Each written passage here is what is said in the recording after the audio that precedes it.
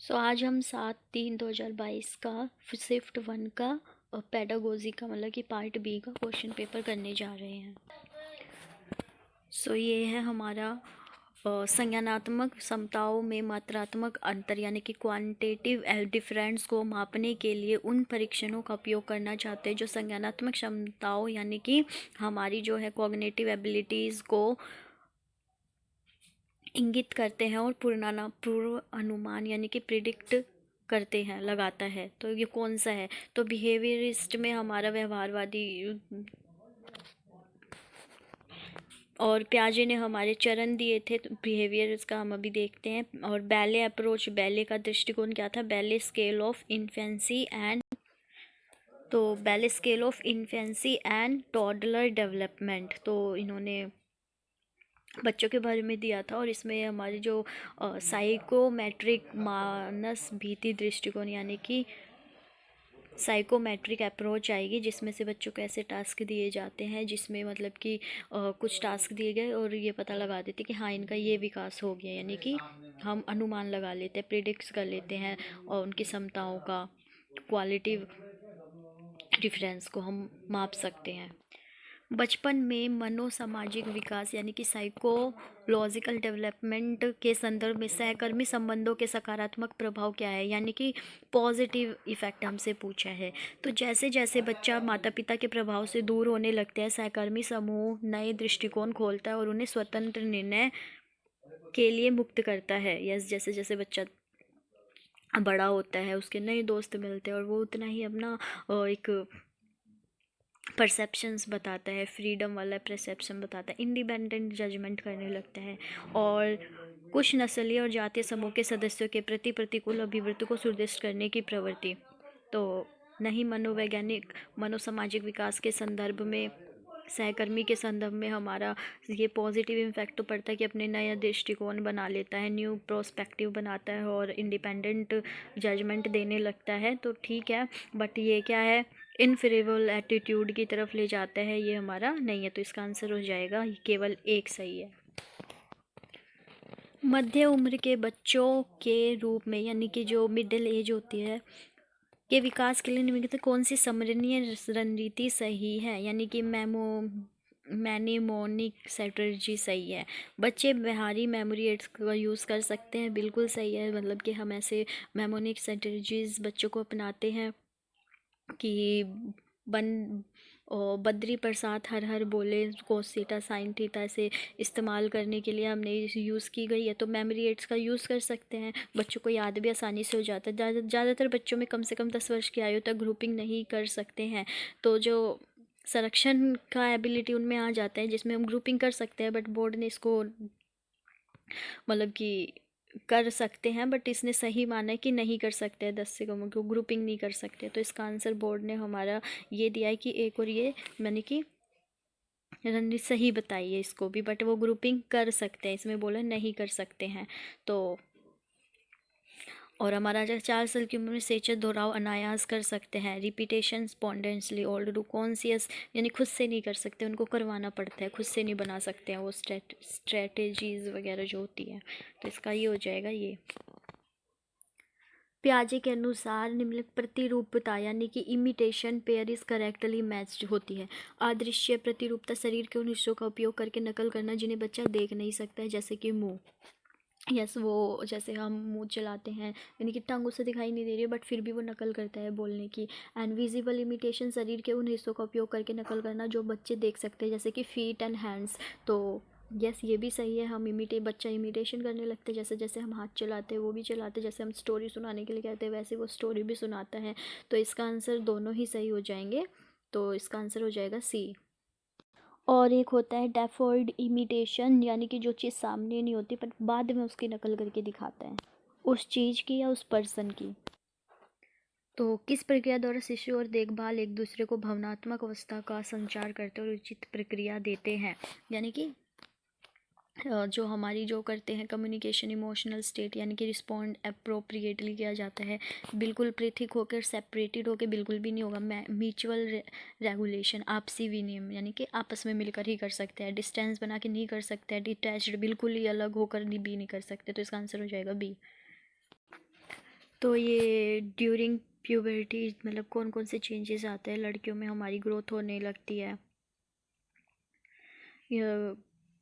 Growth होने लगती है, ब्रेस्ट डेवलप्ड हो जाती है, और अंडर आर्म में प्यूबिक हेयर आ जाते हैं, फर्स्ट पीरियड्स आ जाते हैं, और presence of vaginal discharge, increase in fat of mass, और इनमें क्या एग सेल्स डेवलप्ड होने लगते हैं, एंड इनमें क्या चीज़ ग्रोथ स्पॉट मतलब कि दाढ़ी मूंछ फेशियल हेयर दाढ़ी मूंछ आने लगते हैं, डिपेंडिंग ऑफ वॉइस बढ़ जाती है, increase in lean muscles mass, under pubic growth होने लगते हैं, इन और enlargement of genital and fast ejaculations होने लगता है, और स्पर्म सेल्स बनने लगते हैं। सो इसमें ये इम्पोर्टेंट है कि बॉयज़ में जो प्यूबर्टी ईयर होता है 12 से 16 वर्ष का होता है, लड़कियां जल्दी मैच्योर हो जाती है प्यूबर्टी तो इसमें होती है 10 से 14 वर्ष। किशोरावस्था में शारीरिक विकास के संदर्भ में निम्न में से कौन सा कथन परिपक्वता का वर्णन करता है, यानी कि मैच्योरेशन का वर्णन करता है। इस प्रक्रिया में आमतौर पर दोनों लिंगों के लिए लगभग 4 वर्ष लगते हैं, दोनों का ही यस सेम है। यौवन के दौरान लड़का लड़कियां दोनों होने वाली शारीरिक परिवर्तन में किशोरावस्था की तीव्रता शामिल होती है। किशोरावस्था में जो यस जब हम किशोरावस्था में होते हैं तो बहुत ज़्यादा मतलब जल्दी समृद्धि यानी कि तीव्रता से हमारी ग्रोथ होने लगती है, तो दोनों ही इसके सही है। तो कौन सा दोस्ती के लिए लाभदायक है, मतलब मित्रता का लाभ है। तो बच्चे दोस्तों के साथ स्कूल का ज़्यादा आनंद लेते हैं, यस बच्चे एंजॉय करते हैं। दोस्ती मतलब दोस्त आत्मसत्यापन का एक स्रोत है, यस हेल्प भी करते हैं और सेल्फ वैलिडेशन मिलता है बच्चे भी उसकी तरह जो दोस्ती करते हैं उसी के बोलते हैं यस यस तूने मेरे ये काम कर दिया, थैंक यू। तो इसके दोनों ही सही हो जाएंगे, दोनों ही बेनिफिट है हमारे फ्रेंडशिप के। तो डैश शिशु और देखभाल करने के बीच में पारस्परिक स्थायी संबंध होता है। शिशु मतलब देखभाल कोई भी कर सकता है, माँ पापा दादा दादी कोई भी कर सकता है। तो उनमें कैसा संबंध, पारस्परिक स्थायी संबंध कैसा होता है, तो उनमें होता है अटैचमेंट, यानी कि हाँ अटैचमेंट होती है, अनुरिक्त होती है उनमें। एग्रीमेंट आ जाएगा, समझौता कर रहे हैं, नहीं एग्रीमेंट क्या बनवाना है बच्चों से। रिप्लेसमेंट कुछ भी हम ऐसे भी नहीं करते, ये कर वो कर। पनिशमेंट दंड भी नहीं देते हम छोटे से बच्चे को, इन्फेंट को क्या दंड देंगे। तो केयर गिवर और इन्फेंट में ये वाला संबंध होता है कि अटैचमेंट होती है दोनों में। सो इस पे बॉल्टी ने अटैचमेंट की थ्योरी दी है कि प्री अटैचमेंट ऑफ एसोसिएटेड यानी कि पूर्व संबंध अवस्था या जो बर्थ से 6 वीक्स की होते हैं, इसमें नो पार्टिसिपेट अटैचमेंट, कुछ भी ऐसे केयर गिवर की तरफ कुछ भी ऐसे अटैचमेंट वगैरह नहीं होता है। Object and human are similar ही होते हैं बच्चे के लिए।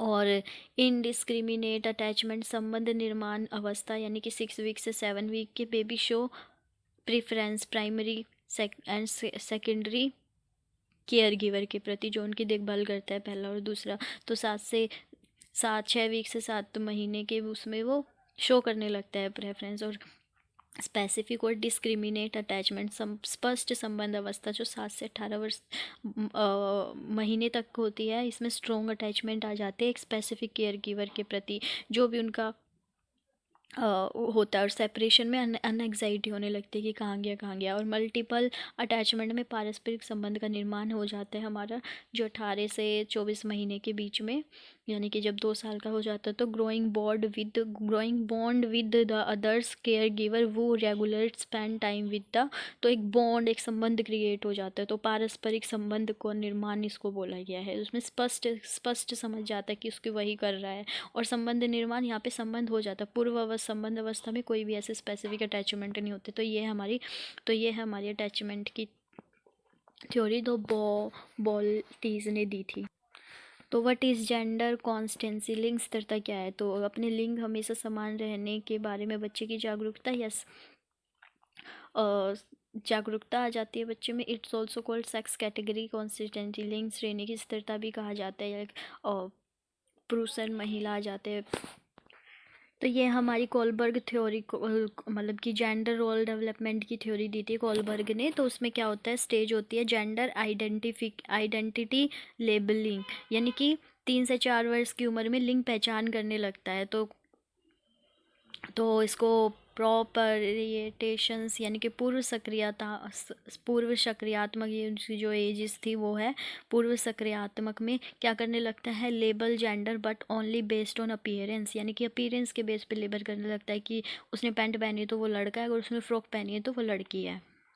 और सेकंड में क्या है कि जेंडर स्टेबिलिटी, यानी कि समझ जाता है बच्चा कि लिटिल बॉय जो है वो बड़ा होके आदमी बनेगा और लिटिल गर्ल है वो बड़ी होके वुमेन बनेगी। Gender does not change on the time, time के साथ चेंज नहीं होगा, अपीयरेंस के साथ भी करता है बट यहाँ से कम हो जाता है। तो ये 4 से 6 वर्ष की उम्र में होता है और इसको लेट प्यूबरेशन अर्ली अर्ली कनक्रिएट वाली एज में आता है ये। तो ये है जेंडर कॉन्सिस्टेंसी, यानी कि लिंग संगतता, इसमें क्या स्थिरता आ गई थी, समझ गया था, बट इसमें कॉन्क्रीट ऑपरेशन में क्या हो जाता है, gender does not change despite individuals appearance, यानी कि लड़की अगर पैंट पहन ले तो वो लड़की ही रहेगी, अगर लड़का को कुछ भी पहना दो तो वो लड़का ही रहेगा। तो इसमें ये संगतता आ जाती है, कॉन्सिस्टेंसी आ जाती है उनके बिहेवियर में, तो वो 6 से 7 वर्ष की उम्र में समझ जाता है। तो पहले हमारी ये 3 से 4 वर्ष लिंग पहचान कर लेता है और 4 से 6 लिंग स्थिरता आ जाती है, पहचानने लगता है कि बड़ा होकर लड़का है, वो आदमी बनेगी, औरत बनेगी, एंड 6 से 7 संगत है, वो पूरा का पूरा समझ जाता है कि ड्रेसेस वगैरह से फ़र्क नहीं पड़ता है, वो लड़की लड़की रहेगी, लड़का लड़का ही रहेगा आगे जाके। तो ये हमारी जेंडर स्कीमा थ्योरी जो कि हमारी सेंड्रा बेन ने दी थी, जिसमें children learn about male and female roles from the culture they live in which they live, कि मैं लड़का हूँ तो लड़का जैसा व्यवहार करूँगा, लाइक जैसे कि इसमें दो उसमें बताया कि एक डोल है, जैसे कि am I thinking about gender, तो ये डोल है, तो इसमें एक लड़का है, तो वो कहता है कि जेंडर सेमेटिक चाइल्ड बोलेगा कि आई एम अ बॉय, तो मैं डोल से नहीं खेलूँगा और वो डोल को इग्नोर कर देगा, तो यहाँ पर उसका फ़िल्टर लग जाएगा क्योंकि उसको सिखाया यही गया है कि जेंडर स्कीमा फ़िल्टर लगाए, तो वो नो करके फेंक देगा। तो जेंडर एथेमेटिक चाइल्ड जैसे कि वो बोल देगा कि आई लाइक, क्या मुझे ये डोल पसंद है, तो वो अगर पसंद होगी तो यस, अगर नहीं होगी तो नहीं खेलेगा, यस होगा तो वो खेलेगा प्ले के साथ। तो ये है कि बच्चा वैसा ही व्यवहार करता है जैसे उसने सीखा होता है अपने आसपास के लोगों से। तो ये दिया था हमारा सेंड्रा बेन ने। तो इसमें हमारे से पूछा गया है कि निम्न कौन सा सिद्धांतकारी जेंडर स्कीमा सिद्धांत से संबंधित नहीं है, नहीं पूछा है। तो इसमें जो कैरलीन हल्वर्सन और सैंड्रा वेम का भी हमने देखा पहले। तो ये सारे सिद्धांतवादी जेंडर से संबंधित इन्होंने स्कीमा दिया है, सिद्धांत दिया है, बट कि सिगमंड फ्राइड ने मनोवैज्ञानिक विकास का सिद्धांत दिया है। हमारा स्कीमा का मतलब होता है दिमाग में एक सोच, एक मेंटल स्ट्रक्चर जो हमारा बना हुआ है। और मार्टिन एंड हेल्वेंशन ने 1921 में जो अभी नाम हमने देखा था, 2 types of sex related schemas दिए हैं, जिसमें in group scheme the group which a person identities, यहाँ की एक जो ग्रुप पसंद है उसको तो आइडेंटिफाई करेगा, अच्छा है ये। तो out of group scheme opposite group, जब अब इन ग्रुप से आइडेंटिफिकेशन प्लस इनवैल्यूएट और आउट ग्रुप को माइनस, यानी कि जो उस ग्रुप में वो है वो उसको तो बोलेगा हाँ ये अच्छा अच्छा, और वो दूसरे ग्रुप में तो बोलेगा नहीं नहीं ये तो नेगेटिव है। तो जन्माघात क्या है, यानी कि जन्म के समय लगी चोट, जब बच्चे की डिलीवरी हो रही होती है तो उस समय मतलब कि डिलीवरी में कोई अगर सिजेरियन वगैरह है या नॉर्मल डिलीवरी करवाने के चक्कर में जो घूमते हैं तो उनका सिर वगैरह थोड़ा सा दब जाता है, तो उसमें उन्होंने थोड़ा मानसिक विकार आ जाता है, तो इसी को बोलते हैं हम जन आघात, बर्थ ट्रोमा। तो ये है हमारा प्री ऑपरेशनल थॉट के संदर्भ में प्रतीकात्मक कार्य क्या है, तो जो हमारी सिंबॉलिक फंक्शन में क्या है, एबिलिटी टू यूज सिंबल्स और मेंटल रिप्रेजेंटेशन, सिंबल्स को यूज़ करता है, ये वाली क्षमता आ जाती है कि सिंबल्स को एक मानसिक अभिवंदना बना लेता है कि हाँ ठीक है ये है, नहीं है तब भी उसको यूज़ करता है। Help children to remember and think about the without having them physically present, like phone नहीं है बट वो फ़ोन हाथ को फ़ोन बना के और या पेन को फ़ोन बना के बात करता है, हेलो ऐसे करता है, तो दोनों ही इसमें सही है। तो दोनों ही प्रकृति आप कार्य में आ जाते हैं, सिम्बॉलिक फंक्शन में हेल्प करते हैं। तो प्रसव के कितने चरण होते हैं स्टेजेस ऑफ चाइल्ड बर्थ में, तो इसमें हमारा हो जाएगा 4 ऑप्शन हो जाएगा इसका, आइए इसको देखते हैं। तो 4 चरण वो है कि फर्स्ट स्टेज में होता है गर्भाशय का ग्रीवा का फैलना, यानी कि जब डिलीवरी होने का टाइम हो जाता है तो क्या हो जाता है,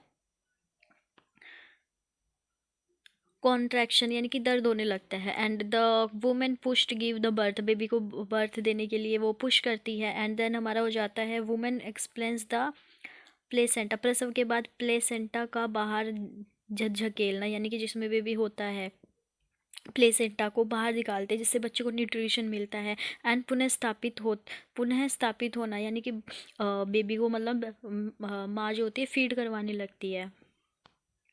थ्योरी ऑफ माइंड में हमारी दोनों बातें सही है कि प्रारंभिक चाइल्डहुड में परिपक्व संज्ञान में सुधार को दर्शाता है, कोग्निशन आ जाता है, और पर्यावरण पर और जो हमारे इन्वायरमेंट बहुत प्ले करता है रोल डेवलपमेंट का। तो ये हमारी वुडवर्थ ने थ्योरी दी है हेरिडिटी और इन्वायरमेंट की। तो शिशु विकास की बैली स्केल के संदर्भ में निम्नलिखित कौन सा सही युग में है। तो बच्चा क्या है, 3 महीने पीछे से मुड़ता है, जब 3 महीने का होता है तो पीछे से ऐसे मुड़ने की कोशिश करता है इधर उधर। एंड 9 महीने खुद को खड़े होने की स्थिति में उठाता है, या 9 महीने का हो जाता है जब वो ऐसे चीज़ों को पकड़ के खड़े होने की कोशिश करता है, गिरता है, चलता है, संभलता है। तो इसके दोनों ही सही हो जाएंगे। तो बैली स्केल्स ऑफ, तो हमारा ये बैली स्केल ऑफ इन्फेंट डेवलपमेंट का ये दिया गया है, ये एजेस दी गई है। और यहाँ पर हमारी मोटर आइटम्स यानी कि क्या क्या करने लगता है। 1 मंथ का बच्चा क्या पोस्चर और एडजस्ट करता है, लिफ्ट करता है, इधर उधर हिलाता है। 2 महीने का head stand when carried, head को थोड़ा संभालने लगता है। 5 महीने का बच्चा infant attempt to pick up object out of the reach, को चीज़ों को उठाने की कोशिश करता है। 8 महीने का बच्चा infant raise himself into sitting position, बैठने की यानी कि बैठना सीख जाता है और उससे ही खुद को उठाने की कोशिश करता है। 12 महीने का बच्चा when requested infant stand up, और मतलब खड़ा होकर चलने भी लगता है। 14 से 16 महीने का बच्चा यानी कि जब 1 साल से थोड़ा 1.5 महीने का हो जाता है और 1.5 साल का हो जाता है तो in fact walk alone with good coordination, तो वो आराम से चलना सीख जाता है। तो 1.5 साल का बच्चा आराम से चलना फिरना सीख जाता है। और ये इनकी मेंटल आइटम्स दिए गए कि कौन कौन से दिमाग में कौन कौन से वो आ जाते हैं। स्पोक मतलब कि इसमें क्या है, क्विट वैन लिफ्टेड, शांति रहता है। Glasses between two object, and मतलब चीज़ों को थोड़ा सा देखने लगता है। ट्रांसफ़र ऑब्जेक्ट बिटवीन हैंड्स को थोड़ा सा समझ में इधर उधर भी रख देता है, इधर रख दे उधर रख दे, जब हम कहते तो कह दे रख देता है। डेवलपमेंट और ऑब्जेक्ट पर permanence and inflect imitations word that are spoken, और इमिटेट करता है, नकल करने लगता है, दोहराने लगता है। And build tower with 2 blocks, मतलब अंतर भी करने लगता है। तो बचपन में शारीरिक विकास के संदर्भ में, मोटर विकास के संदर्भ में कौन सी सही है। यह मध्य बचपन में सुधार होना जारी रहता है। हाँ, जैसे जैसे बड़ा होता है तो इम्प्रूवमेंट चलती रहती है। एंड एट एज 6 दूरी से फेंकी गई छोटी गेंद के रास्ते को आँख और अवरोध कर सकता है। नहीं, अगर दूरी से उसको बॉल फेंकी जा रही है तो 6 वर्ष का बच्चा नहीं समझ पाता है कि कहाँ जाएगी अभी, तो इसका ये सही हो जाएगा कि सुधार होने लगता है। तो ग्रोथ हमारी बड़ी वाली और फाइन हमारी छोटी वाली तो इसका ये वाला सही हो जाएगा सिर्फ, तो केवल डी इसका सही आंसर है। और कौन सा इसमें सारी परिवर्तन मतलब कि शारीरिक वृद्धि और परिवर्तन को सही का वर्णन करता है। तो 1 वर्ष की आयु में बच्चे की बचकानी गोलाई खोना शुरू कर देता है और एथलीट का रूप ले, नहीं मतलब 1 साल में नहीं, 3 साल में थोड़ा ये वाला चीज़ें आती है। बच्चा 1 साल तक तो थोड़ा गोलू मोलू ही टाइप दिखता है, अगर वो गोलू मोलू टाइप है तो। और 3 वर्ष की आयु में बच्चों के पेट की मांसपेशियाँ विकसित होती है, पेट की मांसपेशियों को खींचती है। जैसे जैसे बच्चा बड़ा होता है, 3-4 साल का हो जाता है तो बच्चा ऐसे थोड़ा सा गोलू मोलू है तो पतला सा लगने लगता है। तो इसका सिर्फ ये वाला सही है और इसमें आ जाएगा हमारा केवल ए आंसर आ जाएगा। तो स्वयं को वर्णन करने के लिए उपयोग की जाने वाली विशेषताएं, तो इसका आंसर सेल्फ डेफिनेशन दिया है बोर्ड ने, और सेल्फ कॉन्सेप्ट भी होते हैं, स्व अवधारणा भी हो सकता है। और कौन सी अवस्था उसकी गति से सही होती है। अनियमित नींद मतलब थोड़ा, और चेतावनी, निष्क्रियता, शांति, गति, चारों तरफ देखते हुए सिर घुमाते हैं, यानी कि शैशव अवस्था में हलचल नहीं लगती, मरोड़ते हैं लेकिन कोई बड़ी हलचल नहीं लगती। हाँ, थोड़ा सोते हैं इधर उधर वो देखते हैं। तो शैशव अवस्था में हमारा इन्फेंसी में बच्चा ये दोनों ही करता है, तो दोनों ही हमारे ठीक है। तो rough and tumble play involve यानी कि मारने कूदने वाले गेम में कौन कौन से हैं? कुश्ती भी आ जाएगी, मारना हिटिंग वाला भी आ जाएगा, और चेसिंग यानी कि पीछा करना, इसमें तीनों ही आ जाएंगे। तीनों ही सही है। तो हमारा भारत समावेशी लागू करने की क्या चुनौती है? भारत में विकलांग व्यक्तियों के लिए कोई पॉलिसी नहीं है, ऐसा बिल्कुल भी नहीं है। हमारा RPW है जिसमें 21 दिव्यांगता, और PWD एक्ट था 1995 का जिसमें 7 डिसेबिलिटीज़ को शामिल किया गया था। समावेशी शिक्षा प्राप्त करने का मार्ग लंबा और विविध है, यानी कि हाँ, सबकी ज़रूरतें अलग अलग होती है, तो सबको समझने के लिए थोड़ा लंबा और थोड़ा वेरियस टाइप बहुत चीज़ें लानी पड़ती है। तो इसका सिर्फ 2 सही है, पहला में वो गलत हो जाएगा। तो ये पूरा NOI इसमें जो कमीशंस दे रखे हैं उनसे क्वेश्चन लाइन ही पूछी है। लैंगिक नीति लैंगिक असमानता को लंबे इतिहास की मान्यता देते हुए जब ये कहते हैं लैंगिक असमानता अतीत की संचयी विकृति है, यानी कि cumulative disorder distortions of the past, तो ये हमारी बात की गई है नेशनल पॉलिसी ऑन एजुकेशन 1986 में, नेशनल पॉलिसी ऑन एजुकेशन 1986 में। और ये 2020 वाली हमारी होती है नेशनल एजुकेशन ऑफ पॉलिसी, और ये होती है नेशनल पॉलिसी ऑन एजुकेशन, तो हमारी 1996 में हमारी बात की गई है कि अतीत की संचयी विकृति है लैंगिक असमानता। और ये हमारी आई थी राजीव गांधी जी के टाइम पर।